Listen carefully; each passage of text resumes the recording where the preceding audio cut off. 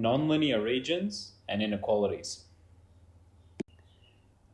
So here we're going to look at an inequality that you might find familiar. X squared plus y squared is greater than 9. Hopefully you can recognize that that's going to be a circle. And when sketching an inequality, it involves coloring in a region where that inequality is true. So we're going to go ahead and draw our Cartesian plane in.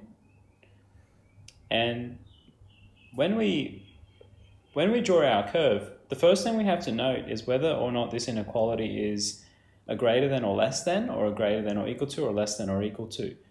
If it's greater than or equal to, or less than or equal to, we can draw the curve like normal with a solid line. But if it's greater than or less than, the line has to be dashed.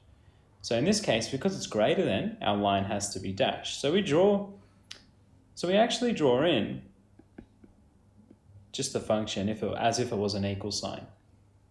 So this is the function we're drawing in, but because it was just a greater than, it needs to be dashed in. So we get our circle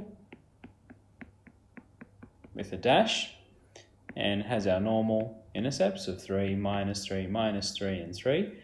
And now we have to decide which region to shade in. We're going to shade inside the circle or outside the circle. Now, you could almost do this just logically. Where are all the points for x and y that are going to be greater than 9? Well, logically that would seem like it should be on the outside of the circle. But if you weren't sure, you could actually just test in a point that was not on the curve. And the easiest point to test in that's not on the curve is 0, 0. So we can go ahead and sub that in. So if we had 0 squared plus 0 squared greater than 9, we'd have 0 is greater than 9, which is obviously false, which means the region is not located inside the circle because that test point was inside the circle. So the region, therefore, is all on the outside of the circle. So we just go ahead and shade all of that in, all that area outside the circle, and that's how we'd sketch our inequality here. We can do the same thing when we have two curves as well. So we have y is less than or equal to minus 2x squared, and we also have y is greater than minus 5. So we have one nonlinear function and one linear function. So let's get ready to sketch them in. Let's draw our Cartesian plane. Now, y is less than or equal to minus 2x squared. That's a less than or equal to, so we're going to draw this in as a solid curve. So that's just going to be this curve here.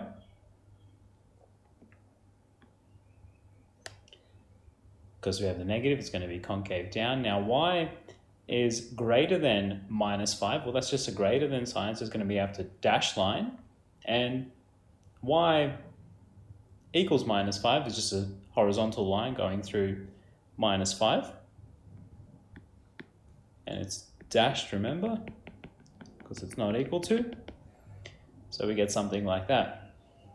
And now we have to know also, actually, before we do any sketching, because this is a greater than, it means that at these points here, we can't be equal to. So we put some open circles there as well. Now I have to know which region to sketch in. Are we going to be sketching inside the parabola and below the line? Are we going to be sketching above the line and above the parabola? So again, we can use a bit of logic here, or we can go ahead and test points.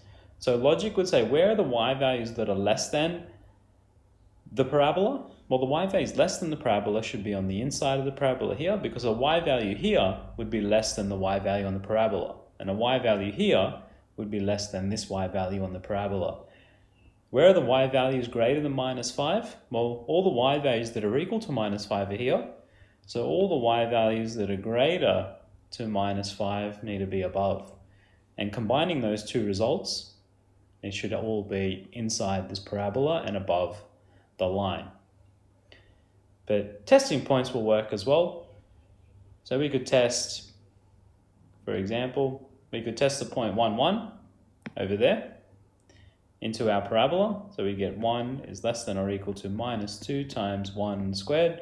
So we get 1 is less than minus 2, which is obviously false. So being above the parabola there doesn't make any sense. And testing 0, 0 for the line. So I couldn't test 0, 0 for the parabola because it lied on the parabola. So testing 0 in here would just give us 0 is greater than minus 5, which is true. So it needs to be above the line, and it just confirms what we logically thought of before, where that region needs to be inside that area there. Let's look at another example. Y is less than or equal to 1 over x plus 1. So this is a hyperbola. And if we sketch it out, we know we've got a vertical asymptote at -1. So we can draw that in. There's no horizontal asymptote because, or there is a horizontal asymptote, sorry, at y equals 0. And because it's positive, we're in the first and third quadrants. So we can go ahead and sketch that in.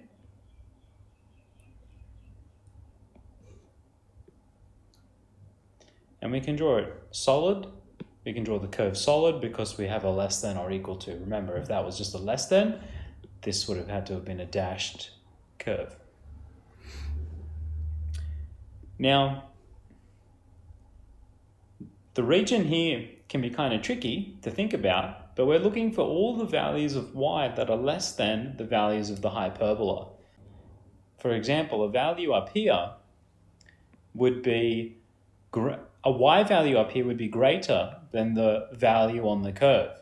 But we need y values that are less than the value on the curve. So a y value here would be less than the value of this curve. So sketching all this region is the only thing that makes sense. But as soon as we cross past the asymptote, y values over here end up being greater than the values of the curve. So it wouldn't make sense to continue shading this region. So y values that are less than the curve all need to occur down here. So to continue sketching the region, this is what we'd need.